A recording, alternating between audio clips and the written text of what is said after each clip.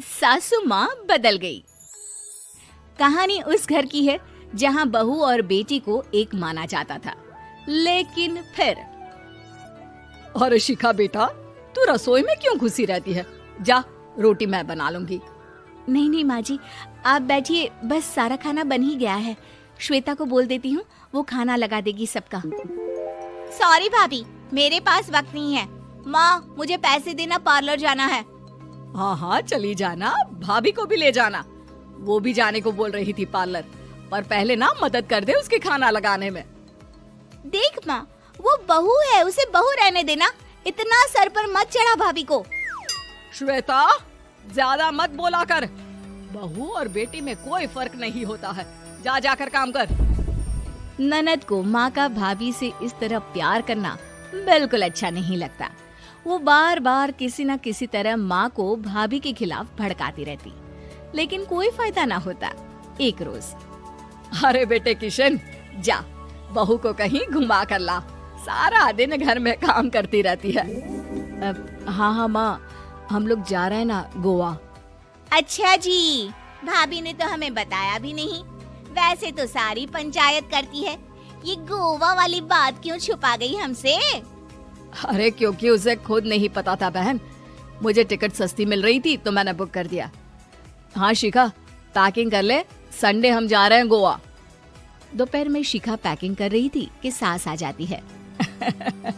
ये क्या बहू, साड़ियाँ? अरे गोवा जा रही है घूमने या फिर शादी में मायके हैं? माँ जी, ऐसा कुछ है ही नहीं, समझ में नहीं आ रहा क्या रखूं कपड़े में। अरे तेरी और श्वेता की साइज तो एक ही है। उसके कुछ मॉडर्न कपड़े ले ले, आकर लौटा देना। हाँ माँ जी, ये ठीक रहेगा। शिखा श्वेता के पास जाती है और उससे कपड़े मांगती है। ना जी ना, मैं अपने कपड़े ना दूं, वैसे भी फैल जाएंगे मेरे कपड़े, बहुत महंगे वाले हैं। शिखा मुंह लटकाकर कमरे में आ जाती है तो सास कहती है, चल तैयार हो जा, तुझे मैं शॉपिंग करा कर लाती हूँ गोवा की। बस फिर क्या था, सास बहू निकल जाते हैं मार्केट और एक से बढ़कर एक ड्रेस खरीद कर घर आते हैं। पहले बता देती कि नए कपड़े दिलाने वाली है भाभी को, तो मैं अपने ही दे देती ना भाभी को, मुझे दिला देती नए कपड़े। देख श्वेता, परिवार का मतलब सबके साथ रहना होता है, ना कि सिर्फ अपना सोचना। वैसे भी तुझे अच्छे संस्कार सीखने चाहिए।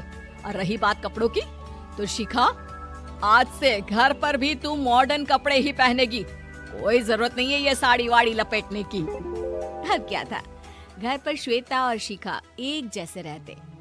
एक बार पड़ोसन आती है। अरे बेटा, अपनी माँ को तो बुलाना, जरा बात करनी है। शिखा सास को बताती है और रसोई में चली जाती है।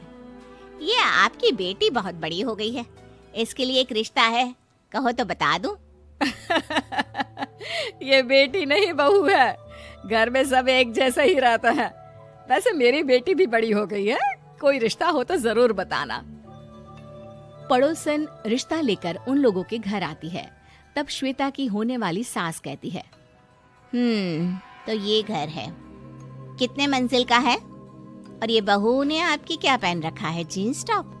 अरे भाई, साड़ी वाड़ी नहीं है क्या इसके पास? देखिए, सर्दी है तो साड़ी में बहू कैसे मैनेज करती, वैसे पहनती है साड़ी भी।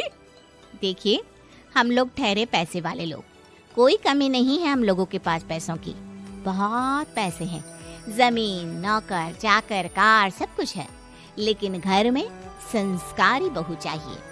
समझ रही हैं ना आप?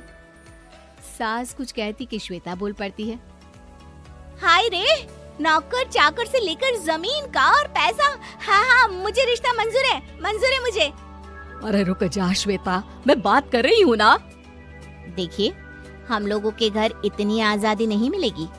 अरे हाँ कर देना माँ, हाँ कर दे जल्दी से। सास क्या करती, बेटी की शादी ऐसे घर में कर देती है जहाँ ना उनके विचार मिलते हैं और ना ही आचार। शादी के बाद एक रोज फोन पर, श्वेता बेटा, एक बार घर आ जा, बहुत दिल करता है तुझे देखने का। माँ, वो घर पर बहुत काम होता है, कैसे आऊँ? बड़ा घर है, लेकिन आने जाने वालों की लाइन ही लगी रहती है। बेटा मैं तो जानती थी उस घर का हाल, लेकिन तू ही नहीं मान रही थी। माँ देख, हर घर का यही हाल है। तेरी बेटी को यहाँ घूंघट हटाने की परमिशन नहीं है और एक तरफ भाभी स्कर्ट पहनकर घूम रही है। बेटा मुझे क्या पता था कि मेरी बेटी को ससुराल के नाम पर पिंजरा मिल जाएगा। अच्छा माँ, फोन रखती हूँ, सास को गर्मा गर्म रोटी खिलानी है। तुम लोगों की तरह नहीं कि एक रोटी बनाओ, एक सब्जी बनाओ, फिर सारा दिन फ्री होकर घूमो। सास फोन तो रख देती है, लेकिन सोच में पड़ जाती है कि एक तरफ बेटी जिसे कोई आजादी नहीं, वहीं दूसरी तरफ बहू जिसे देखकर लगता ही नहीं कि उसकी शादी भी हुई है। अगले रोज। शिखा, अरे ओ शिखा। हाँ माँ, क्या हुआ? कुछ चाहिए आपको? मैं जिम जा रही थी। जिम के कपड़ों में बहू को देखकर सास को घूंघट में अपनी बेटी का ख्याल आता है। देख बहू, घर में बहू की तरह रहा कर। इतने टाइट कपड़े पहनकर जिम जाना पसंद नहीं मुझे। जा जाकर रोटी बना। रोटी? माँ अभी तो शाम की 6 बजे हैं, इस वक्त रोटी? अब क्या मेरे खाने पीने पर भी पहरा है? अरे जब मर्जी तब मैं अपने घर में खा भी नहीं सकती क्या? बहू को अजीब लगता है। वो समझ नहीं पाती कि जो सास कल तक इतनी सपोर्टिव थी, उन्हें अचानक से क्या हो गया। वो किचन में जाती है, गरम रोटी के साथ 2 तरह की सब्जी, रायता, सलाद सब लेकर सास के पास आती है। माँ जी, खाना।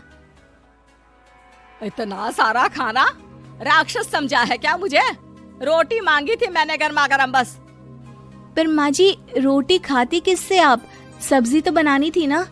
अरे भूख मर गई मेरी तेरी बहस से। जा जाकर काम कर, अंदर पूरी रसोई साफ कर। बहू अंदर चली जाती है। थोड़ी देर में श्वेता घर आती है। अरे शिखा, जल्दी से चाय ला, पकवान बना, मेरी बेटी आई है। अरे नहीं नहीं माँ, ड्राइवर बाहर खड़ा है। मैं तो घर का कोई सामान खरीदने के बहाने यहाँ आ गई हूँ, मुझे जाना होगा। अरे बेटा, पर कितने दिनों बाद देख रही हूँ तुझे, रहने आ जाना 2-4 दिन के लिए। आ जाऊंगी माँ, जब मेरी सास मरेगी तब। मैं तो रोज मन्नत मानती हूँ कि मेरी सास मर जाए तो अच्छा है। अच्छा चल, जा रही हूँ माँ। हे भगवान, कैसे कैसे दिन देखने पड़ रहे हैं मेरी बेटी को। सास अंदर जाती है, जहाँ श्वेता की जिम वाली सहेली का फोन आया होता है। क्या बात है, आज जिम नहीं आई? अरे पता नहीं यार, आज माँ को क्या हो गया अचानक। पर खैर कोई नहीं, लगता नहीं कि मैं अब जिम आ पाऊंगी। शिखा स्पीकर पर बात कर रही थी, जिसे सास सुन रही थी। यार ये सास ना होती ही ऐसी है। मैं तो कहती हूँ बुढ़िया जल्दी मरे और तू आराम से जिए। शिखा को सहेली की बात पर गुस्सा आ जाता है। माँ के मरने की कौन सा बच्चा दुआ मांगता है मोहिनी? आगे से ऐसी बात मेरे सामने मत करना। हमारे घर की शोभा ही माँ है। क्या हुआ जो थोड़ी सख्ती दिखा रही है? उसमें भी कोई ना कोई उनकी भलाई ही होगी। मैं तो कहती हूँ भगवान मेरे जैसी सास सबको दे, जो सिर्फ माँ की तरह है। सास वाली तो कोई बात ही नहीं है उनमें। सास ये बात सुन रही थी। उनकी आंख में आंसू आ जाते हैं कि क्यों वो बेटी की किस्मत में बहू को भी भागीदार बना रही थी। शिखा, अरे ओ शिखा, क्या हो गया? जिम नहीं जाना क्या?